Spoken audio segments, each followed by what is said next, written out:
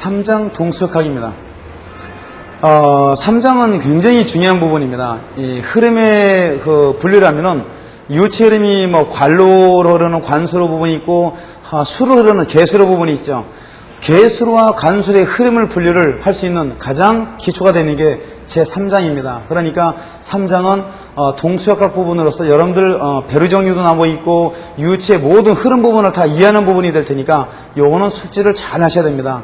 물론 다 중요한데 제가 볼 때 시험 출제 경향이 아주 좋기 때문에 더 중요한 부분을 제가 단원을 몇 단원만 체크해 드리도록 하겠습니다. 책을 한번 보세요. 39페이지 보니까 1편에 흐름이 분리해서 나와 있죠. 이거는 상당히 여러분들 암기하지 말고 이해를 하셔야 되는 거고 이해는 반드시 하셔야 됩니다. 아주 중요한 부분이었습니다. 자, 그 다음에 43페이지 한번 보세요. 배류정리 나왔죠. 배류정리는 뭐 지금도 여러분 중요한 부분이고 수리학을 공부하는 한 여러분들 유체를 공부하는 한 배류정리는 엄청 기본적인 사항이 될 테니까 요것도 숙지를 잘 하셔야 됩니다. 자, 그 다음에 48페이지를 한번 보세요. 6편에 역적 운동량 방정식이라고 나와 있죠. 자, 그 중에서 이걸 공부를 다 하라 그러면은 처음에 접하신 분들은 여러분들 뭐 50페이지까지 해서 쭉 한번 넘겨보세요. 이 공식이 만만치 않게 복잡하게 많이 나왔죠. 자, 그래서 3-25씩 나와 있죠. 25씩 하나만 공부를 하세요. 그러면 그 다음에는 제가 운동량 방정식을 제가 다 환산해 드릴 테니까 나중에 3-25씩만 암기하시면 될 거는 같습니다. 자, 이렇게 대략적인 서머리를 해드렸으니까 요 위주에서 가장 중요한 것만 체크해드렸어요. 자, 그러면 다시 원래 페이지로 되돌아오세요. 39페이지부터 흐름의 분류 설명해드리겠습니다. 모든 유체 흐름은 딱 두 가지입니다. 그게 정류하고 부정류로 구분할 수 있어요. 결론부터 적어드릴까요? 자, 정류는 구분을 몇 가지로 또 할 수 있냐? 정류는 등류하고 부등류로 구분할 수가 있어요. 자, 부등류. 그러면 정류와 부정류를 먼저 구분하겠습니다. 우리 교재도 제가 수록을 해놨는데 이걸 말로서 한번 풀어드리죠. 복잡한 게 아니니까 아주 쉽게 보세요. 어려워하실수록 더 힘든 겁니다. 이만큼 물통이에요. 쉽게 말하면 물통에 물을 담아놨어요. 여기다가 파이프를 하나 딱 달아놨다 보세요. 요 끝에다가 밸브 장치를 했답니다. 자, 이 센터점, 관로 센터점을 제가 수도 H까지 물이 담아있다 이렇게 한번 보겠습니다. 자, 밸브를 열었다 보세요. 그럼 물이 언제 가장 많이 나오겠습니까? 수주의 수위가 가장 많이 들어있었을 때 최초로 밸브를 여는 순간이 물의 속도가 가장 많이 빠르고 유량도 가장 많이 나오겠죠? 그러다가 물통에 물이 빠져나가니까 수주의 수위가 점점 줄어들면은 저 수압이 작아질 테니까 속도나 유량이 점점 작아지다가 물이 다 빠져나왔으면은 여기는 0으로 톡 떨어지겠죠. 그죠? 그럼 이 똑같은 말입니다. 자, 이제 어떤 특정한 단면을 가지고 보세요. 이 점을 찍었어요. 이 점에서 밸브를 열었을 때 물이 빠져나감에 따라서 담수가 되어 있는 뭡니까? 그 수조의 수위가 점점 줄어들 테니까 여기를 지나가는 순간마다 속도나 유량이 전부 다 일정하겠습니까? 다 변하겠습니까? 물이 빠져나간 양만큼 수조 수위가 줄어들 테니까 계속 속도나 유량은 계속 점점 변하고 있겠죠. 변하죠. 그게 부정류라는 겁니다. 변하는 게 부정류예요. 그럼 또 나가 물의 유량 Q가 빠져나갔죠. 이 양과 똑같은 양이 수족관의 물이라고 생각을 하세요. 유량 Q가 제일 공급이 되고 있습니다. 항상 같은 양이. 그러면 항상 일정한 수도를 유지하고 있겠죠? 그때 밸브를 열었다 보세요. 요 단면을 통과되는 순간마다 속도나 유량이 전부 다 어떻습니까? 수족관의 물을 또 한번 생각해 보세요.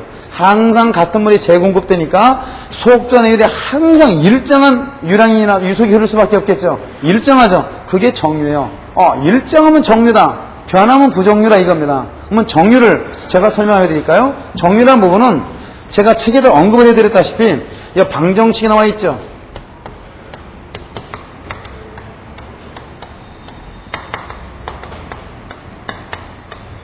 세 가지만 적어볼까요? 정류는 전부 다 시간이 변수로 봤을 때 미분하니까 0이라고 나와 있을 거예요. 이 부정류는 전부 다 뭐라고 나와 있는가 하면은 특징이 0이 아니다라고 다 나와 있는 게 부정의 특징이 될 겁니다. 그럼 어떻게 읽어 나가셔야 되냐? 제가 엄청 강조하겠습니다. 딱 한 가지만 기억을 하세요. 정류와 부정류를 구분하는 게 제일 선제 조건이 되는데, 구분하는 변수가 뭐냐? 어떤 특정한 단면을 지나가는 순간이라 아까 설명해 드렸죠. 모든 변수가 시간입니다. 시간에 대해서 요 유체 모든 흐름이 시간이 0이랬죠. 이게 일정하다는 말이에요. 일정하다, 불변한다. 그러면 정류고, 0이 아니다는 말은 변하고 있다, 이런 편이라 이겁니다. 그러면 정류와 부정류를 구분하는 모든 변수는 라운드 T입니다. 시간에 따라서 무조건 구분하세요. 0이면은 일정한 거고, 정류죠. 0이 아니면은 변하기 때문에 부정류라고 보시면 됩니다. 무조건 변수는 시간을 가지고 구분하도록 하셔야 됩니다. 자, 요걸 가지고 기출문제 나왔던 부분을 제가 다 정리를 해드리면은, 이 정류라는 부분은 이래요. 자, 지금까지 유체의 그 특성이 평상시 하천이에요. 평상시 하천의 흐름은 정류라고 되어 있습니다. 그럼 부정류는 뭐냐? 남바링은 남바링 끼리끼리 우리 알아놓으세요. 부정류는 홍수시였어요. 홍수시 하천의 흐름 부분을 부정류라고 합니다. 자, 또 하나, 정류에서는 우리가 잠시 공부할 연속방정식, 그 다음에 배류정리 있죠. 이런 것이 성립이 됩니다. 정류에서는 성립이 되는데 2번은 쓰진 않겠습니다. 연속방정식이나 배류정리가 여기서는 성립이 안 된다 알아놓으시면 됩니다. 그럼 다시 정류에서는 뭔가 하면은 유선과 유적선이 일치를 합니다. 그런데 이 부정류에서는 유선과 유적선이 일치를 하지 않는다. 남발인 끼리끼리 알아놓으십시오. 이렇게 되면 여러분 지금까지 한 22년 동안에 나왔던 예제들 있죠. 여러분 싫어하는 용어 설명은 제가 해석을 다 해놨어요. 아, 평상시에는 전부 다 하천 흐름이 정류로 취급이 되고 홍수시는 부정류로 취급하더라. 요것부터 알아놓으시고 설명해 드리겠습니다. 평상시가 왜 그 정류가 되는가? 그럼 하천이라고 그랬으니까 하천을 그려보면 되겠죠. 수로예요. 물이 유량 Q라고 쓴다면은 아까 수족관의 물처럼 일단 정류라 보실 수가 있겠죠. 자, 홍수가 났다고 가정을 거꾸로 해보세요. 홍수가 났으면 비가 유입량이 워낙 많으니까 지필수 내지는 뭡니까 그 수로장 강수 때문에 유입량이 엄청 많겠죠. 요 나간 유량과 같은 양이 재공급이 될 수가 없습니까? 당연히 될 수가 없겠죠. 그러면 비가 막 오는 중이라면은 요 양보다 유량이 더 급변하게 유입량이 증가될 테니까 같을 수가 없을 테니까 부정류라고 놓는데, 정류에서는 평상시 하천에서는 이 양과 100% 같은 양은 아니지만은 여기는 물은 아주 많은 무한대 유량이 있어요. 무한대 유량에서 지금 요 유량이 빠져나가 봐야 다시 무한대에서 유량이 공급되기 때문에 거의 같은 양이 공급된다 해서 우리 평상시 하천은 이 정류로 취급하더라. 제가 요거를 오프라인 강좌에서는 상세히 설명을 해드릴 시간이 있는데 온라인에서는 제가 시간이 없네요. 그래서 그냥 평상시 때는 이렇게 정류로 취급을 하고, 홍수가 났을 때 보세요. 유입량이 아주 많이 변하고 있을 테니까 QQ라고 같이 놓을 수가 없겠죠. 그래서 홍수시는 부정류다. 이렇게까지만 생각을 하십시오. 자, 그 다음에 하천이 보세요. 지금 수로 단면적이 일정할 수가 있습니까? 없습니까? 수로 폭이. 우리가 인공수로 말고는 자연하천이 수로 단면이 폭이 일정할 수는 없겠죠. 그랬을 때 요 위에서 제가 평면도를 한번 그려보겠습니다. 자, 요건 측면도고 위에서 바라본 평면도로 보세요. 시점이 요 구간에서부터 요 구간 시점이라고 보세요. 그러면은 요 Q입니다. 그러면 섹션을 몇 가지로 나누는가 하면은 3개 구간으로 섹션을 구분해 보겠습니다. 요 구간, 요 구간, 요 구간이에요. 요거는 단면적은 일정하지만은 폭이 큰 상태에서 일정한 구간. 요건 단면적이 변하는 구간, 단면적이 작지만 일정한 구간이에요. 그러면 어떻게 되어 있는가? 그걸 구분해 보겠습니다. 여러분들은 연속방정식은 제가 설명을 안 했지만은 유량 Q가 AV가 항상 컨스턴트더라, 일정한 값이 나와야 되더라, 이런 거는 다음 페이지 나와 있으니까 쉽게 보실 수 있고 아마 요 정도는 일단은 뭐 아시죠? 그러면은 정류라 그랬으니까 유량 Q가 요 구간에서부터 요 구간을 보세요.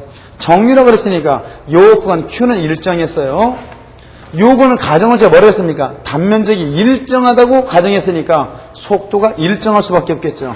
요 구간에 물이 흐를 때까지는 속도가 일정하더라 이겁니다. 아, 속도가 일정합니까? 그러면 등유입니다. 단면적이 작지만은 속도가 일정합니까? 무조건 등유라 이 말이에요. 그런데 유량은 일정하지만은 단면적이 막 지금 변화 있는 구간이 될 테니까 속도가 변화가 일어날 수밖에 없겠죠. 속도가 변합니까? 여기에 부등유라 한다 이겁니다. 그랬을 때 이거 종합 정리해드리면은 등유라는 게 뭐냐? 정유주의입니다. 평상시 하천에서 하천의 단면적이 일정하면은 무조건 등유라는 거고 하천의 단면적이 변하면은 부등유가 나오더라는 겁니다. 이거를 제가 방정 형태로 한번 써볼까요? 자, 다시 여기 한번 보세요. 이 등유 우리 교재 보니까 라운드 T분의 V가 0이라고 되어 있죠. 여기도 T분의 V가 0이죠. 한 번 더 강조하겠습니다. 정유와 부정유를 구분 못한다는 건 있을 수가 없습니다. 제가 해법은 알려드렸죠. 모든 게 변수가 시간이에요. 시간에 대해서 일정을 넣어놨으니까 뭡니까? 이게 정유라는 말이죠. 그런데 거리에 대해서 0이고 거리에 대해서 0이 아니라는 표현이 무슨 말입니까? 요건 정유죠. 정유 속에서도 등유라는 말이고 여기 정유 속에서도 부등유를 뜻한다 이런 표현이죠. 변한다. 이렇게 알아놓으시면은 유체 흐름은 쉽게 해석이 가능하실 겁니다. 현재 설명이 39페이지까지 설명 한번 해드렸어요. 자, 그 다음에 40페이지 한번 보세요. 유선과 유관에 있는 편이 나왔죠. 여기서 특이할 점이 1번 유선을 더더욱 잘 알아놓으셔야 돼요. 자, 유선.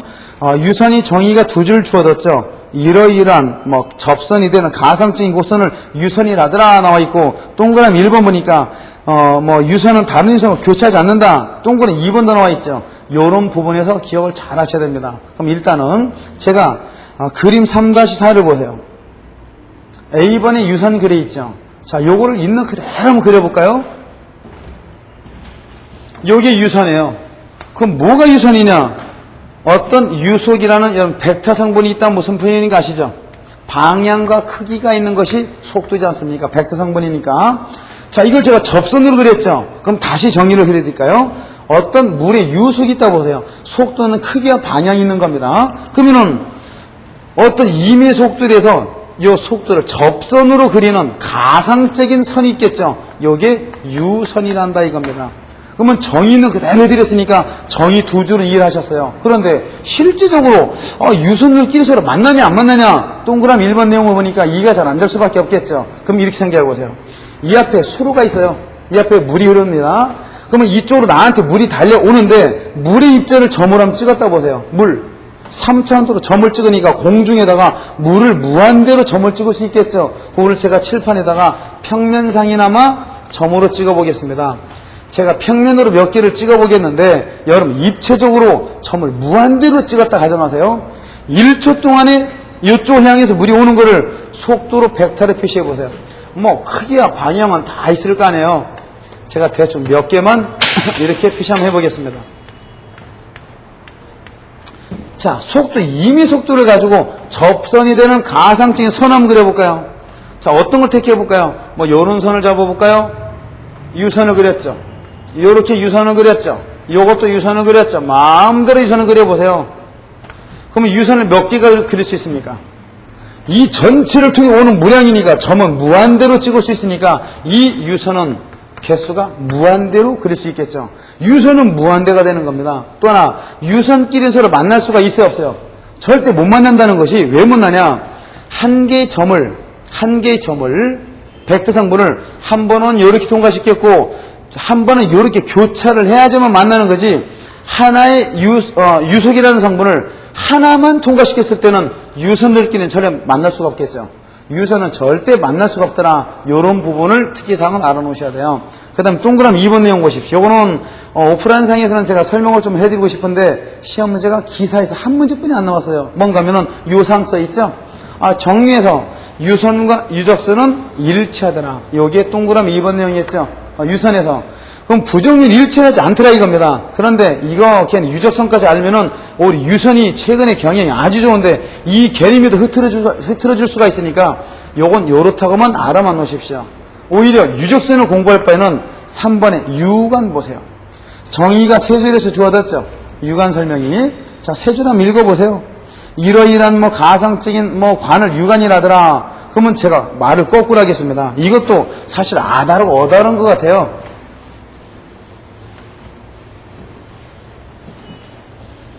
제가 관입니다. 관을 그려볼까요? 여러분들이 PVC 파이프를 그린다 생각 한번 해보세요. 그럼 파이프를 한번 그려볼까요?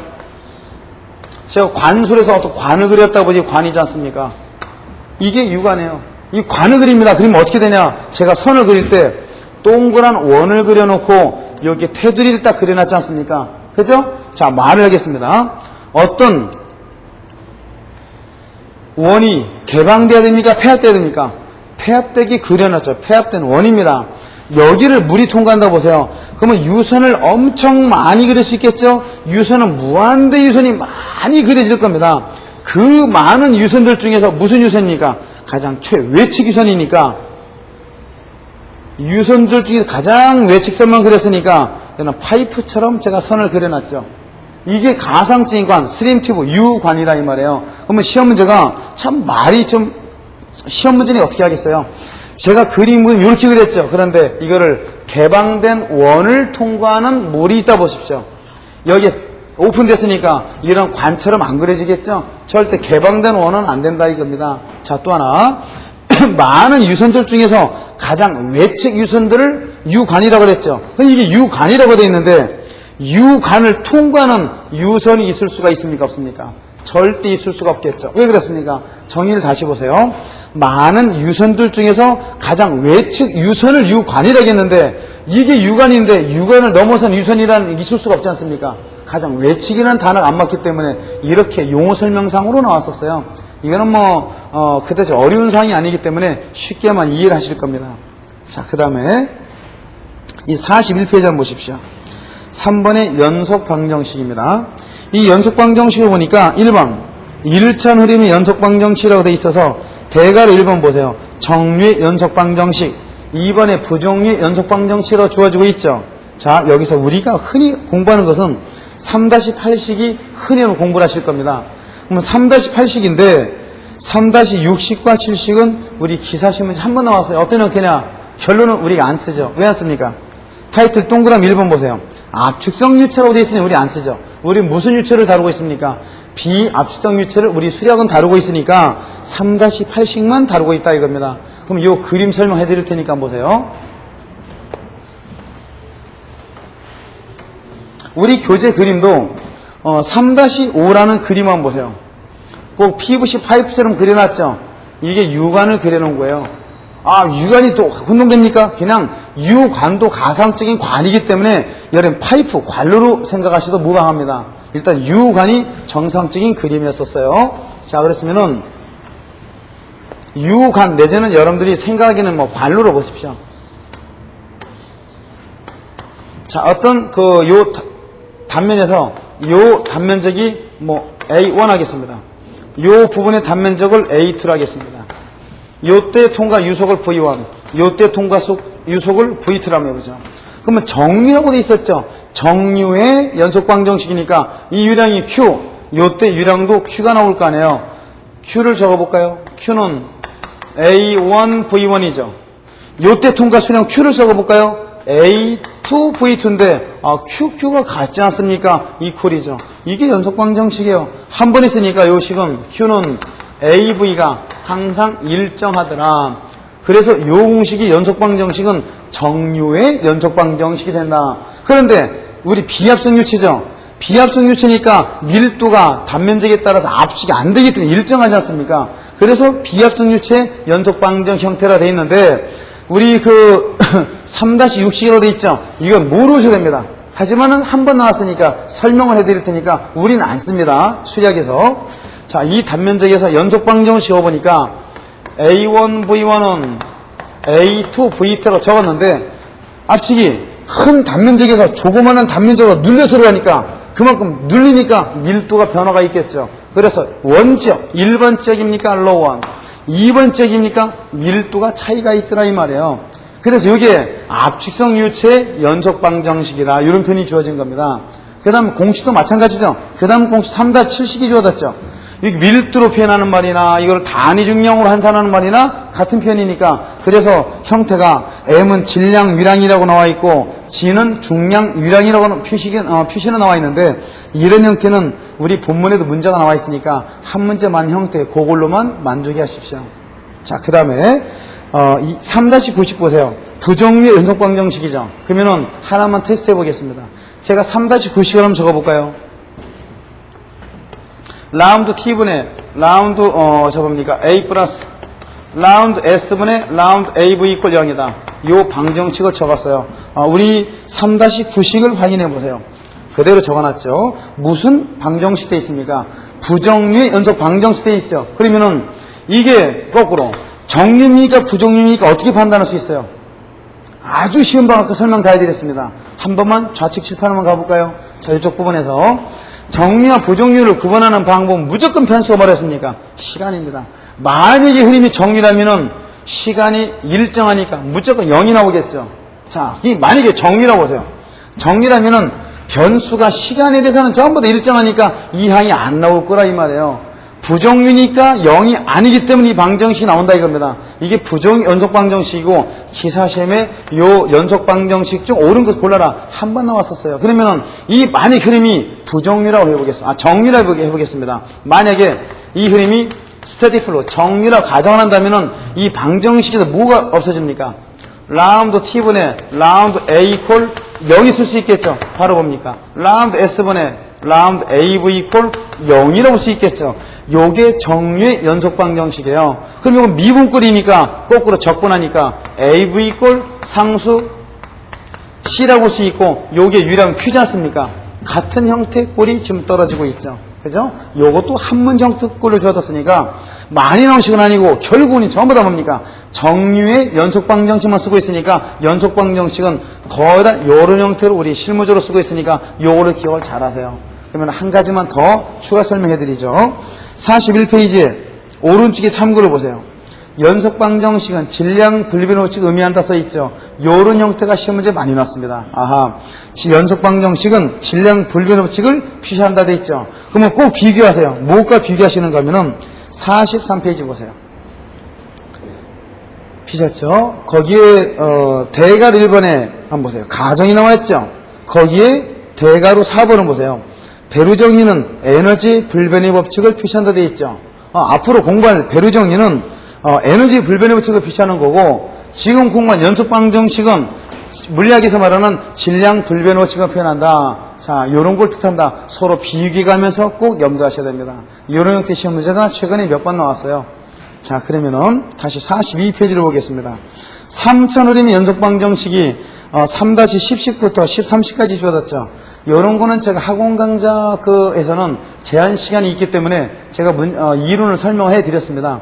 지금은 이 오프라인 강좌라 제한 시간이 되어 있기 때문에 이런 것은 제가 설명을 오프라인 강좌에서는 생략을 하겠습니다. 혹시 이런 부분에 좀 궁금하신 거나 하시면은 저한테 교수실로 질문을 넘겨주세요. 그러면은 제가 특별히 할 수 있는 방법이 있으니까 그런 거는 제가 온라인상으로는 제가 회신을 드리도록 하겠습니다. 그럼 다음부터는 43페이지입니다. 일단은 중요한 부분이 4번의 배류정의예요. 이 배류정의의 대괄호 1번의 가정조건부터 해서 그 다음 이론이 응용까지 계속 나와 있죠. 이 부분이 여러분 실제 계산 문제를 풀 때나 응용하는 부분이 이게 굉장히 중요한 부분입니다. 먼저 이 4번 배류정의 있죠. 이 부분부터 여러분 기억을 잘 하셔야 됩니다. 자, 잠시 뵙겠습니다.